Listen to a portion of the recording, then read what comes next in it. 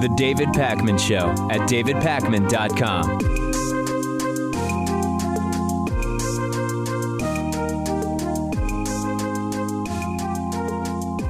We did a segment a couple of weeks ago where we talked about how the smartphone revolution has really allowed people to live more minimalistic lives, right? You can get rid of so much stuff. And we had this long list. You could get rid of your computer.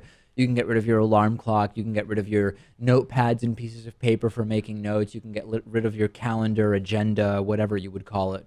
You can get rid of your address book, et cetera, et cetera. And there's been a big sort of, a lot of people emailed me saying they absolutely agreed with what I was saying. And then some people emailed me and they said that they absolutely disagree with what I'm saying. And then there were people who were sort of in the middle. So today I want to explore some of the counter arguments. Would we be better off without smartphones altogether? There's been a lot of articles written about this. There's been interesting discussions on online forums, including Reddit and so many other places. Why might we be better off without smartphone technology? And one issue that always comes to the top of the list, Lewis, is this expectation for and need for constant stimulation that many people feel as a result of their phone. It's harder to just sit around doing nothing. If you do have a moment where you would otherwise be doing nothing, you get your phone and you look at something. You read what the last 5 people have posted on your Facebook page, or you read a news article, or you play a game, or whatever. And then the other sort of issue or argument that goes hand in hand with this is that smartphones reduce opportunities to really think about things because you can just look them up. You're sitting around with some friends. Oh, does gravity bend light? Well, we could all sit around and think about it, or I could just instantly look it up on my phone. Whereas maybe before smartphones, yeah, you could look it up online, but you've got to go upstairs and turn your computer on and get logged in and look it up. But now there's just no opportunity. You instantly look it up on your phone right away. When you're driving, I don't get lost anymore, right? I mean, yes, in Boston, sometimes even with GPS, you end up in a tunnel as opposed to on a bridge, and then you're out of town. But the GPS would know right away exactly how to get back. I used to have to sometimes think about, okay, I have my printed directions to go from A to B, but I ended up at spot C, so I've got to get back on my path. Maybe that is something that is good for human brains, to be lost sometime or whatever. What's your general reaction to some of these arguments that are made? Well, we probably are losing something, yes, by having all of this information readily available at our fingertips. But imagine where we would be without any of it. Right. So I'm for it.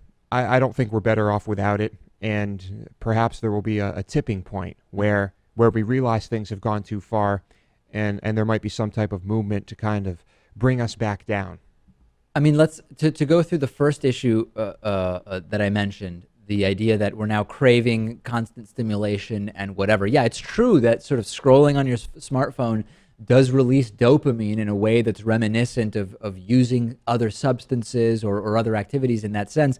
However, sometimes you see these pictures of, oh, everybody on the subway is on their smartphones, but then you see pictures from the 60s where everybody has their head down in a newspaper. So is that really different because it's a smartphone instead of a newspaper? I don't know. I guess you sort of have to be the judge of that. Some people just can't sit still and observe what's happening around them. Right. They just happen to be looking at the cell phone. So you might find it annoying. You might not enjoy being in the company of these people.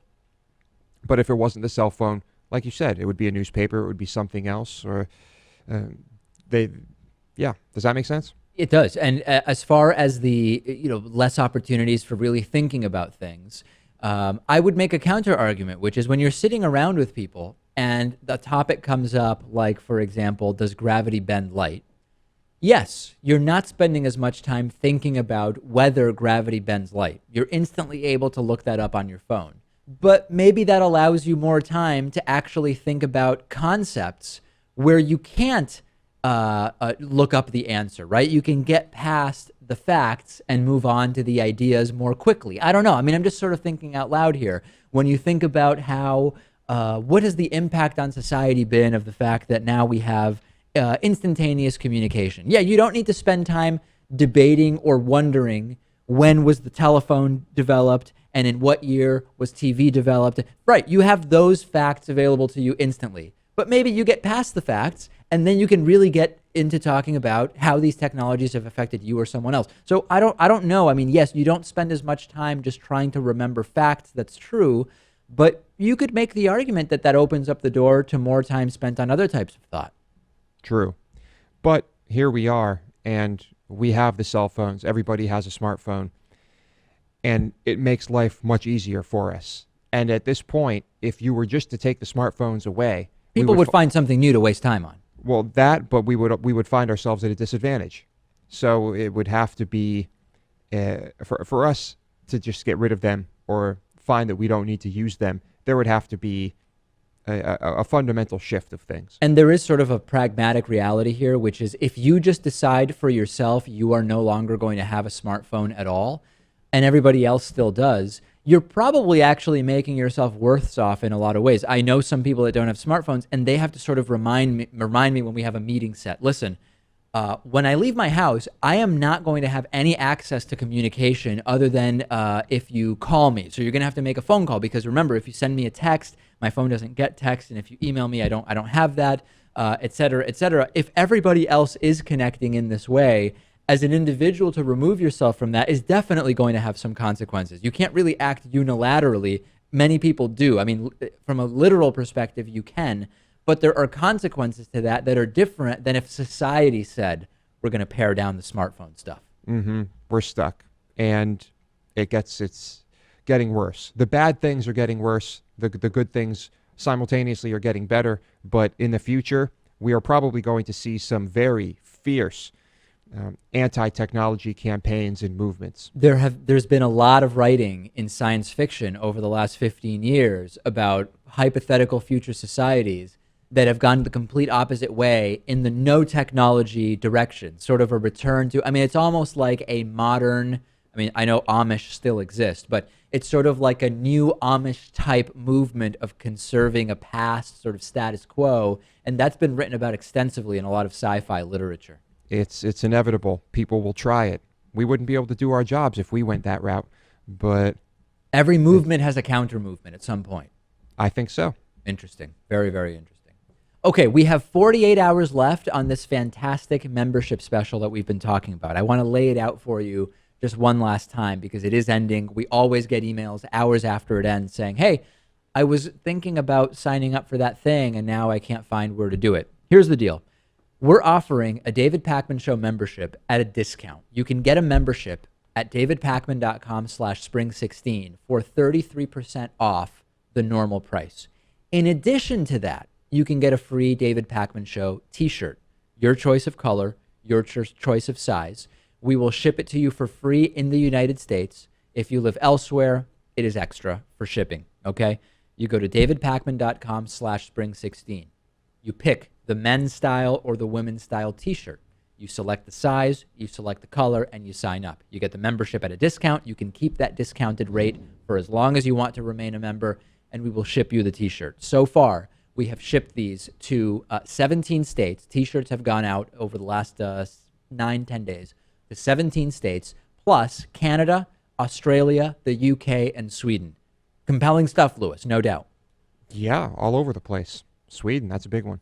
So the other element of this is that whether you are a new member, whether you signed up 3 years ago, whether you sign up tomorrow, everybody who is an active member in good standing as of Monday morning, March 28th, will be entered in our drawing for 5 pairs of Thrive Elite XT wireless Bluetooth headphones. These have been provided to us by Thrive to give away. They sell for $80 each. It is a brand new product. And these are fantastic, Lewis. 5 lucky members are going to get them. You've been using them now. Yeah. And you said that they sound fantastic. They do sound really good. They're pretty sweet. Yeah, I'd never had wireless headphones before. So we will be giving away 5 pairs. All you have to do is be a member as of Monday morning. That's it. And even if you don't take advantage of the Spring 16 special, any membership, monthly, yearly, old, new, discounted, full price, whatever, every member on Monday morning will be entered into this giveaway. But for the 33% discount combined with the free David Pakman Show t-shirt, There is one place to sign up for that. And as I mentioned, it is davidpakman.com/spring16. Lastly, today we have a fantastic bonus show. We will talk about some really weird statements from ESPN about President Obama's trip to Cuba. We will talk about YouTube's algorithm for video IDs and why YouTube is not likely to run out of addresses, web addresses for videos anytime soon. And a study was done assessing what percentage of U.S. adults lead a healthy lifestyle. It is not 90%. It is not 50%. It is not 25 or even 20%. It's not 15 or 12.5% or 10% or even 5%. According to this recent study, 2.7% of U.S. adults lead a healthy lifestyle. We will talk on the bonus show about how that is defined and whether it is a reasonable sort of way to measure what a healthy lifestyle is. Sign up for the bonus show and get all of that great stuff I mentioned at davidpakman.com/spring16. The David Pakman Show at davidpakman.com.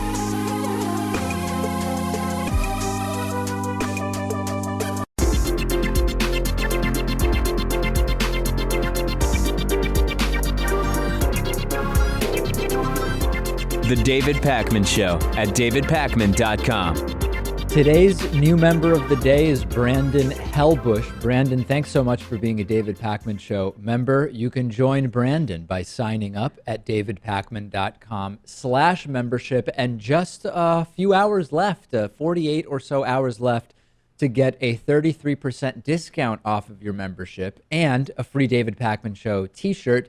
But you must go to davidpakman.com/spring16 to take advantage of that deal. And then Monday, March 28th, we will be doing a drawing for 5 wireless Bluetooth headphones from Elite XT.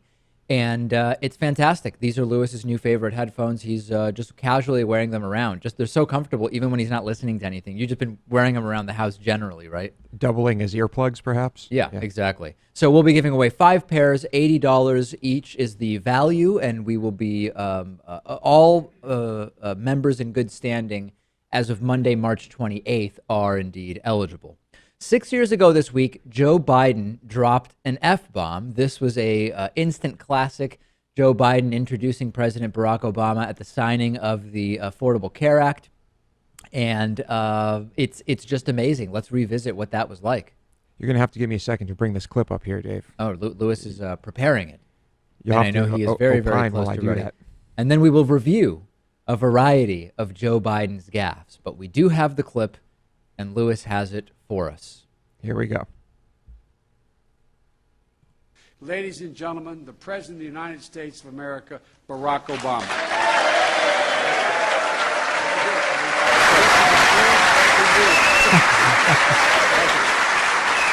Thank you, everybody. Thank you, Joe. And who could forget that, right? I mean, Joe Biden, most of the Biden so-called gaffes I find to be absolutely hilarious and endearing, although some have been pretty controversial. In 2012, Joe Biden told a Virginia crowd that Mitt Romney's plan would put y'all back in chains, apparently referring to re-enslaving black Americans. In April of 2012, Joe Biden was trying to riff on Teddy Roosevelt's famous quote, "Speak softly and carry a big stick, and you will go far." And he said, "I promise you, the president has a big stick." That is maybe my favorite Biden moment. And then, of course, during a September 2008 speech, Biden called for Missouri State Senator Chuck Graham to stand up. Of course, Chuck Graham, wheelchair bound. And that was an awkward moment, to say the least. But Biden did handle it pretty well. And there was also one more notable one where he referred to Africa as a country. But I don't remember that. Yeah. Not one of the more well-known ones. Yeah. But not, I guess not on the same scale as some of these other gaffes. Joe Biden also saying you can't go into a 7-Eleven in Delaware that is not run by people from India. He meant it only in the most positive way possible, Lewis, and awkwardly touching and kissing a senator's daughter. What do you think, Lewis? I mean, everybody says Biden's gaffe prone, but most of these to me aren't gaffes. It's just the guy has a quirky personality and an interesting sense of humor. Yeah, I suppose. Yeah. It's not a big deal for me. I like Joe Biden. Yeah. And I so far, I have no reason not to. So he messes up once in a while. We're all human. No question about it. We absolutely are. 4 years ago this week, I told the story of almost being arrested and literally being driven to the police station in Montreal, Quebec, by a taxi driver who thought I was probably trying to defraud him. I was in Montreal. Somehow I thought I brought just my Canadian money. I have a little spot where I keep foreign currency that I have left over from a trip, or sometimes, you know how sometimes somebody will give you a coin from a country they went to and they maybe don't plan on going back. And I just always had the stuff sitting in one spot. Now, I've never been to Australia, but somehow I had an Australian $10 bill in with my Canadian currency. And I was in a cab in Montreal and I tried to pay with a $10 Australian bill. And I was convinced that this was currency, and I thought that the cab driver was messing with me. And he obviously thought I was trying to defraud him when I insisted on trying to pay the Canadian cab fare with a $10 Australian bill. Very unhappy, threatened to drive me directly to the police station if I wouldn't pay properly. And then I said, wait, maybe this is weird because this bill seems to be a different size than these other Canadian bills. And I looked more closely, and indeed I was trying to pay. They weren't counterfeit notes, but they were notes of no transactional value in Canada, to say the least. Mm-hmm. Big mistake, Dave. Big mistake. Yeah. And I assumed he thought I was the dumb American who didn't even know the difference between Canadian currency and Australian currency. And in a sense, I was, except I'm from Argentina. I mean, the guy's assessment was spot on, except I wasn't the dumb American showing up. I was just a dumb tourist in general. Right. Yeah. But this is nothing compared to when we talk about the currency issues I've had over the last 4 years, up until the recent presidential election in Argentina, it was a mess to exchange currency in Argentina. There were multiple exchange rates, the official exchange rate and what was called the blue exchange rate, which was a drastically different exchange rate. If you didn't exchange money when you got there at the official exchange rate, then you weren't able to exchange it back if you had leftover money when you left. I ended up exchanging bills with random people in the Argentina, in the airport on the way out. I mean, it was totally crazy. This little incident in Montreal pales in comparison to the trials and tribulations I had in Argentina during the reign of Christina Kirchner. Only because it did not end with your arrest, right? Yeah. Right. Had I been arrested in Montreal for attempting to pay, for insisting on paying with foreign currency, I'd say I would characterize that as worse than the problems I've had in Argentina over the last 8 years. But it was a great trip. You had a good time, and everything was fine. No doubt about it. Hell of a trip. 2 years ago this week, Westboro Baptist Church founder Fred Phelps passed away at the age of 84. The Westboro Baptist Church, of course, known as the God Hates Fags Church. We've had sort of an extended relationship in one way or another with this church. We've interviewed a bunch of the people from the church, including a number of Fred Phelps' children, Shirley Phelps Roper and Jonathan Phelps and Margie Phelps. And we've even spoken to Steve Drain, who is the guy from it's sort of the other big family that has now become part of the Westboro Baptist Church. And the biggest incident we had involving the Westboro Baptist Church was back in 2011 when we had a joint interview with an individual from the internet gathering known as Anonymous, now known to us as Jake Davies, who was ultimately arrested for other things he did. And Shirley Phelps Roper, they were interviewed jointly on the program. And during that broadcast, the individual from Anonymous hacked and took down the website of the Westboro Baptist Church. This got 1.5 million views overnight, now nearly 5 million views on YouTube. Incredible. And what's amazing is that we have not really had contact with the Westboro Baptist Church for a long time now. They were on after that incident, but recently they've not been responding to requests. We're just sort of trying to figure out, is the Westboro Baptist Church in chaos after the passing of Fred Phelps? Maybe the fact that they're not coming on is indicative of that. They haven't been as outspoken lately, or at least not putting themselves out there. They still, whenever some celebrity dies, they still talk about picketing, and whether they do or not, I really don't know. You never even hear about it. Yeah, but they're there. They're still operating, but not quite at the same level. And we know, it's not good to overdo the Westboro stuff. It's been years since they've been on, and we are sort of pursuing the idea of having them back on just as a sort of check-in, right? I mean, what do they think? What has would have been the repercussions of the passing of Fred Phelps, and a lot of news that he had been totally alienated from the church towards the end of his life, although those allegations were then denied by some individuals within the church. It's amazing, and maybe this is the end of the Westboro Baptist Church. I mean, maybe they are sort of on the way out here. I hope so.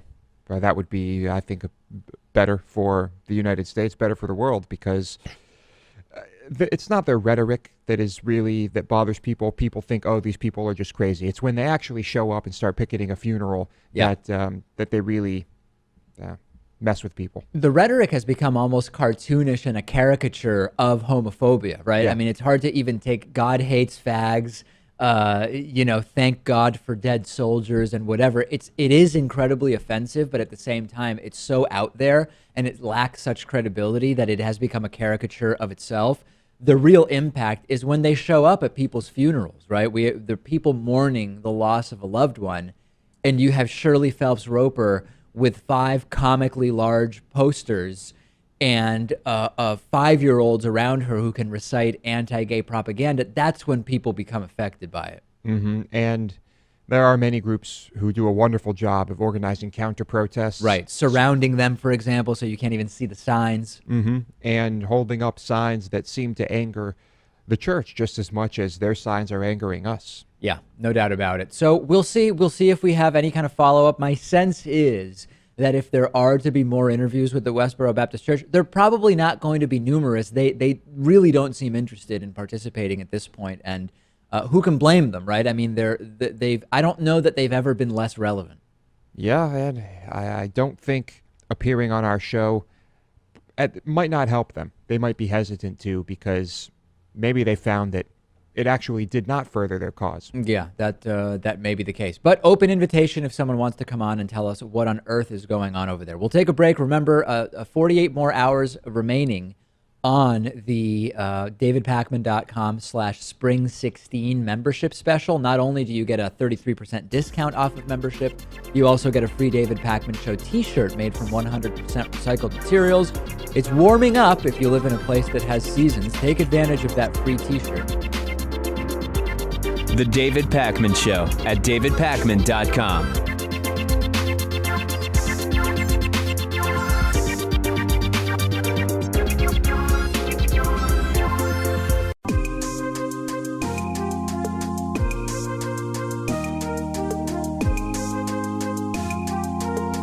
Welcome back to the David Pakman Show.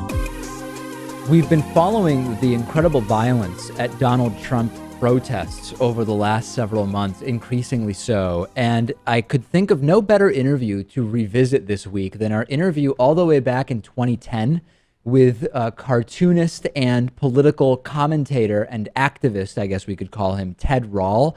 This interview we did with Ted back in 2010 created a little bit of a stir because Ted Rall actually talked about the role of violence and using violence and getting physical when it may help achieve a political objective. And I want to think of this interview in the context of the Trump rallies today, in the context of the Bernie Sanders candidacy and the way in which some Bernie Sanders supporters have been clashing not physically but ideologically with Hillary Clinton supporters. And I've talked a lot about the potential for how that could be bad for Democrats once we get beyond the primary. And there's so many ways in which this classic interview with Ted Rall back from 2010 is so relevant to what's going on today. So we'll go back to November of 2010 for today's classic interview.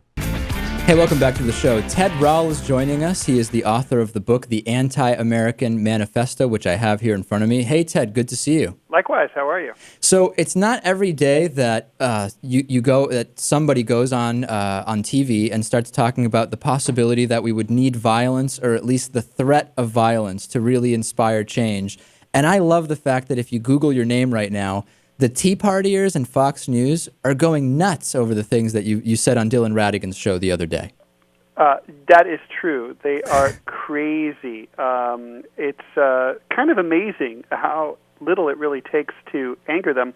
And what's also really weird is how long it took them to discover that the book was out. This book came out in. Let me turn this off.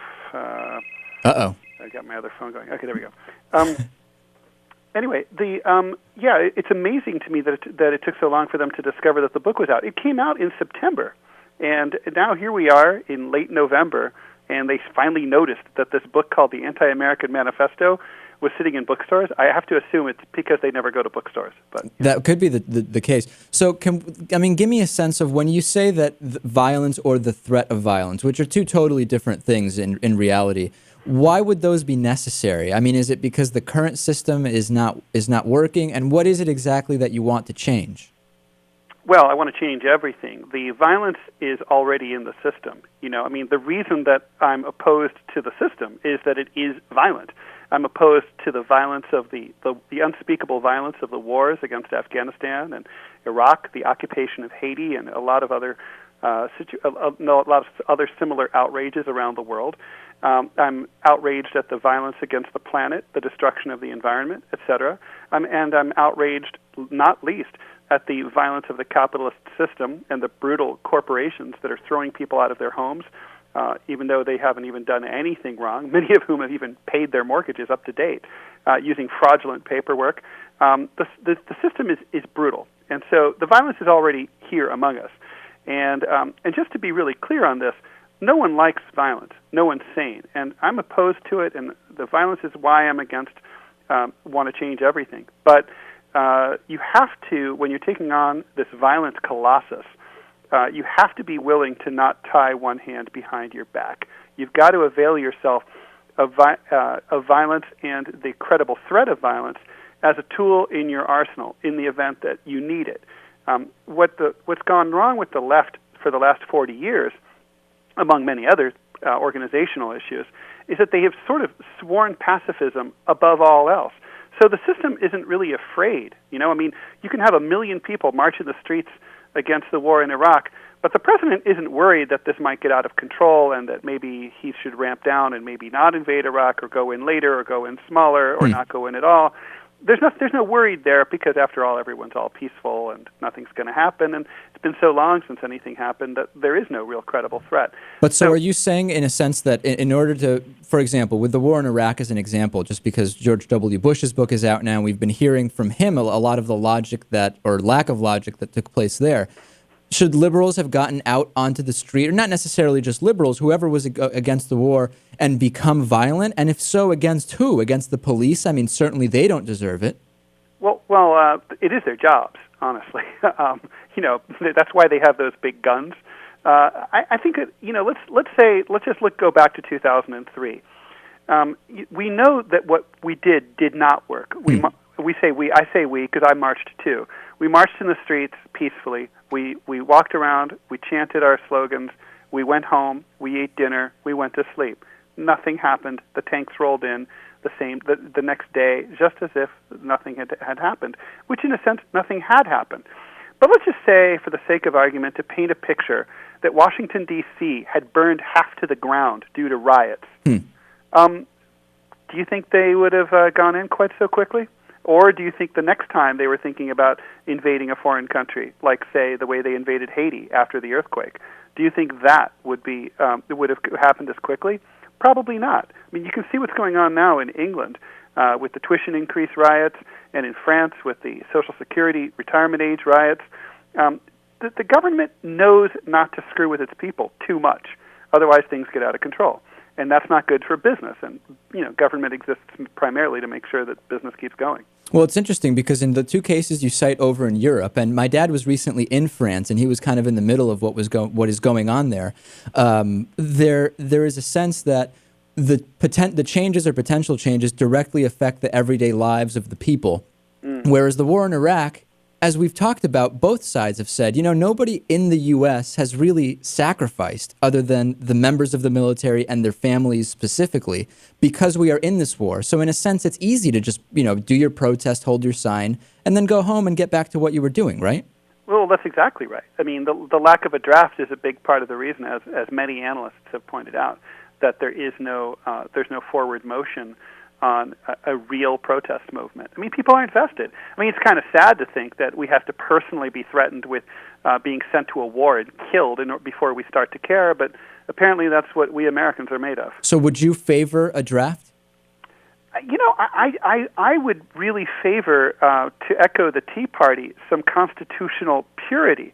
According to our Constitution, only Congress can declare war. I'd like to take it one step further. I mean, the presidents have been stealing that right for really ever since Thomas Jefferson, and it's gotten really bad in the 20th century. But I would love to see a war subjected to a national referendum.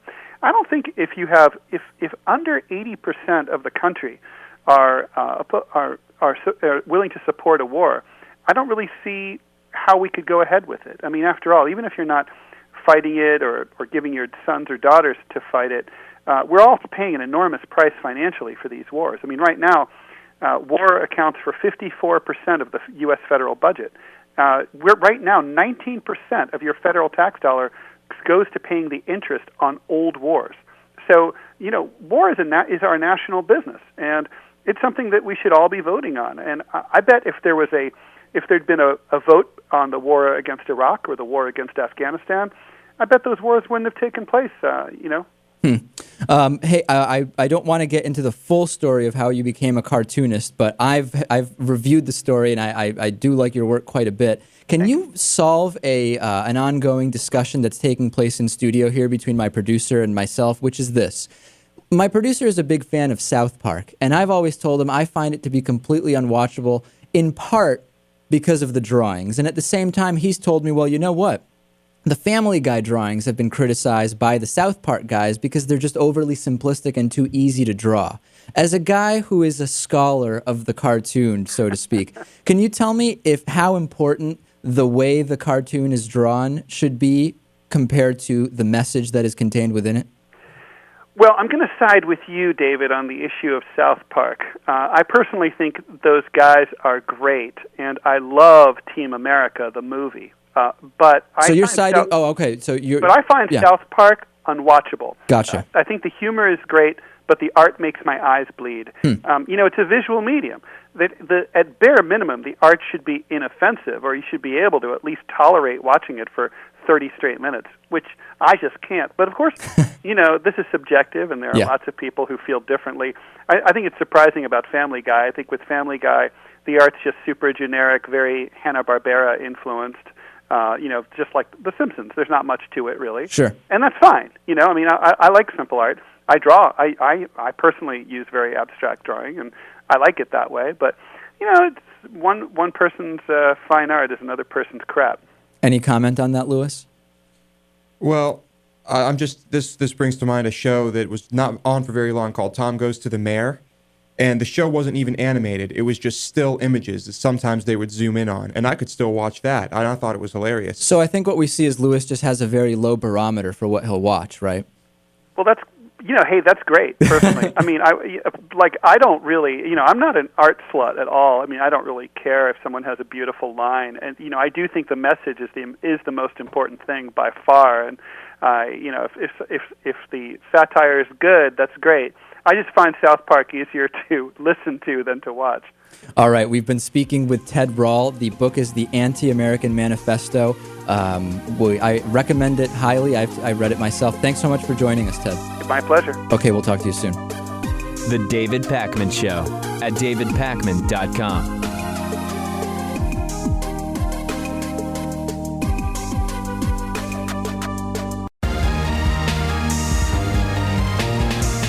The David Pakman Show at davidpakman.com.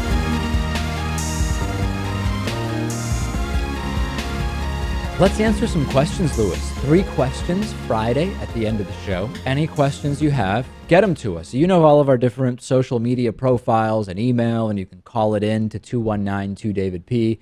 Anyway, let's get right into it. Lillian wrote in. Lillian said, what is your worst habit? I have a sense that my worst habit in terms of what's sort of most destructive is my second guessing decisions. That I think is my absolute worst habit. And I tend to not make decisions very quickly. And I've been reading a lot lately about making decisions, not only making decisions more quickly, but also just sticking with them and not second guessing them. Because I will take a long time to make a decision about whatever. And then immediately after I take action in direction A, I will start saying, oh, Direction B, how is it that I spent all that time researching options A and B, and I went with A when B is seeming like the right option, and trying to tell myself that, hey, you know what? There weren't really any bad options. It was a choice between two pretty good options, and either one would have probably been fine. And I think that is the worst habit that I have. What about habits that kind of fit in the category of smoking or biting your fingernails or habits like that? I don't really have anything like that, fortunately, that I can think of. I kind of do. And what I do, I'm not sure why I do it, but I kind of peel off my own fingernails, right? Right. And so when I realize that they're starting to get to a point where I can do this, I can very quickly and easily, I've mastered it. I just kind of, what I would normally do with a clipper, I just take that piece right off with my hands. Oh my! Right? That for some reason that gives me the heebie-jeebies. Really? Okay. Well, that's what I do, and it doesn't hurt or anything, and it actually works really quite well. Wow. My fingers of course, are they're feeling uneven. My fingers are feeling really not good right now. Well, no, it's fine. And sometimes I need to make a little incision with my tooth. That noise, the noise of the tooth going through the nail, that is worse than sneakers on a carpet or nails on a chalkboard for me. I cannot deal with that biting fingernail noise. Huh. Well, that's not what I was going to say the bad habit was, because I don't consider this to be a bad habit. No, it sounds like you consider it great. It's just that's just how I control the length of my fingernails. Sure. I haven't used clippers on my nails in maybe a decade or more. That's shocking. Decades. That is shocking. Yeah. Anyway, it works. And so, but the bad habit part comes in is that occasionally I will leave these trimmings wherever I happen to be trimming my nails. You know? Wow. And I'll just leave them there and then kind of forget that they're there, and there will be fingernails. I don't know that there's really much else to say here. And I think that's probably my worst habit, because I don't really have any vices. Yeah. You've stopped slapping yourself silly when you lose a video game, right? I don't lose. Oh, okay. Yeah. So you haven't really stopped. It just hasn't been necessary. I don't know I just don't lose. Yeah. Next question is from Riley. Riley says, hey guys, when looking through online dating profiles, is there one quality or trait not related to looks that is a deal breaker? Okay, so the obvious thing would be you're just not attracted to the person, and that's the deal breaker. So I like how Riley is framing this up. Not related to looks. Any particular, I mean, I think I know. There's one right off the bat here, and we both know if you're a Republican, you're out. Oh, I thought you were going to say if you smoke cigarettes. Oh, well, I would say Republican is probably worse. Really? Even after all of your anti-dating people who smoke cigarettes rants, it's still Republicans, How could you possibly get along with a staunch Republican? It seems like it would be tough. Yeah, I mean, I guess that's right. If I came across a dating profile and it said make Trump America 2016, great again. Make America great again, or I like walks on the beach, hanging out with my dog, Red Sox games, and ridiculing bleeding heart liberal ideas. Yeah, you're probably right. That's going to be a deal breaker for sure. Okay, so if it's a staunch Republican or right winger, I guess it's not party identification. It's just conservatism, right? Right. Smoking, I think, is definitely would be a big one for me. Smoking is, that's a problem. Okay, now, you, Lewis, have no problem sort of ideologically with people who partake in recreational cannabis. But if someone sort of played that up in an online dating profile, would that be a problem for you, in the sense that I know you don't have a problem with people who partake in recreational cannabis, but if they identified with it so much that they said, if you're given the option of listing 3 things about yourself on an online dating profile, if that was one of them, would that not be ideal for you? I wouldn't have a problem with that. And You wouldn't. Many people do that, and a lot of them will put 420 friendly, something like that. Yep. And that's not a problem for me. But that being said, if I start seeing this person and they just are high all the time, Yeah.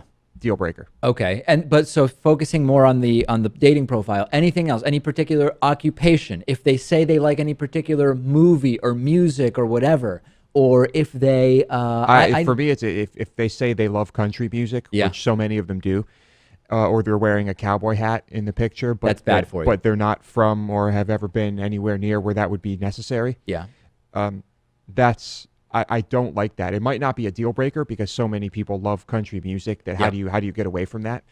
It's not even country music anymore. It's really just pop. But Wow.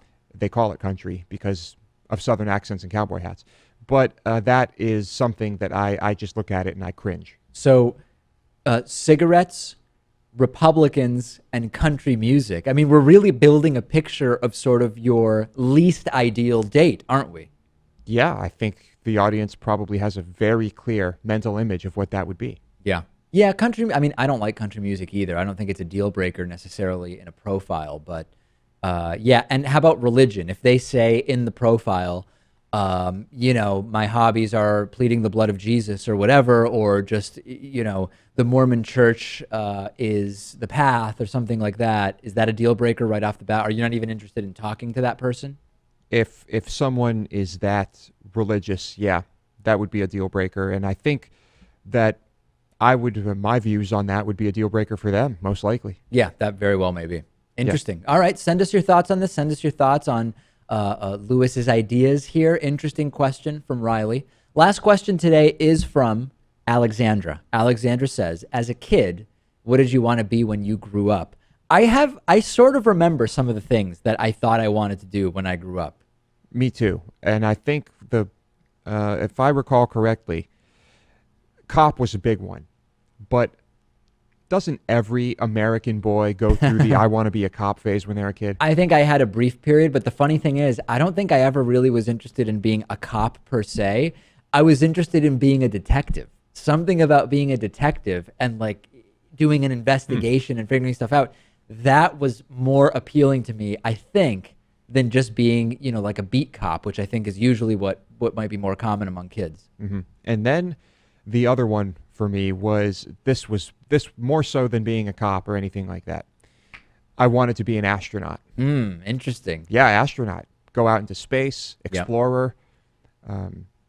That was big. I never cared about, firefighter is another big one that some kids want. I never really cared about that. I did pretty early on have the idea that I wanted to be like a CEO of a big corporation. And I guess I'm the CEO of a small corporation. But and it is indeed a corporation now. A corporation. We're talking Fortune 500 here. Right. Yeah. I thought that would be cool. And even when I was in high school and I worked at Circuit City, I thought it would be really cool to be the CEO of Circuit City. Of course, they ultimately went bankrupt after making horrible decisions. Maybe if you were the CEO, that wouldn't have happened. Right. Maybe I could have prevented that. Yeah. Who could have foreseen that if you take commissioned employees who are making a good living and tell them we're taking you off commission, you now will make the same hourly wage no matter what you sell? Who could have predicted that wasn't going to work that well, right? Well, yeah, I'm not sure. Someone with very little vision, and I couldn't tell you. It almost seems like they wanted the company to fail. The other thing, although I read Circuit City is coming back now in some other form. Anyway, we're sort of getting off track. The other thing I do remember, I always thought it would be kind of cool to be the bus driver. And what's funny is still, right, I've mentioned this before, right now I have a job where it's all about thinking and figuring out, okay, there's the story, what's my angle on it, let's figure out visuals. It's not really like narrowly defined. I still think, you get on the bus, the stops are predetermined, you make sure people pay, you drive around. If there's traffic, you don't care, you can't do anything about it, you just sit there and you drive the bus. It seems like the structure of it does seem appealing to me in some way, and I know I've mentioned this before, and every time I do, people email in and they say, David, it might seem appealing because it's so opposite what you currently do, but there's a reason you're doing what you do and not driving a bus, which is at some point you probably would get bored of the bus driving and you would hate the structure of it. And that's true. When I've had jobs in the past that are far more structured and narrow in focus, I do get very sick of the routine pretty quickly. Or someone defecates on the bus, or there's a fight. If you're driving children around as a bus driver, do you remember the things we would do to that bus driver? I didn't say school bus driver. I mean like a city bus. Okay. Because I think school bus driver would be out. You don't want to deal with those kids. Oh, no. I used to flash a laser pointer in the big mirror and hit the bus driver's eyes. That could have caused an accident.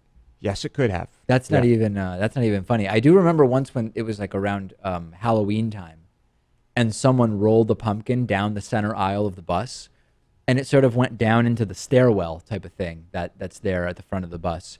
But the driver, I remember stopping and saying, can you imagine if your pumpkin had rolled under the brake pedal, what would have happened? Mm-hmm. And at that point, I remember it really hit me that I don't ever want to be a school bus driver. Yeah. Or be in an accident because of a pumpkin. Yeah. Both of those are pretty bad. No doubt about it. All right, great questions today from Alexandra and Riley and Lillian. Keep the questions coming. We'll answer 3 every Friday. Terrific bonus show today. Only a couple of days left on the 33% membership discount with a free t-shirt deal. Monday, the deal ends, and we will give away 5 pairs of Elite XT wireless Bluetooth headphones worth $80 each to 5 members in good standing. Doesn't matter when you signed up, but why not sign up now and get in with a free t-shirt and a discount and in time for the drawing? But you must go to davidpakman.com/spring16. That is the only place. If you go to Drudge Report, you're not going to be able to sign up for this deal. If you go to Breitbart, you're not going to be able to sign up for this deal. The only place to sign up for this deal is at davidpakman.com/spring16.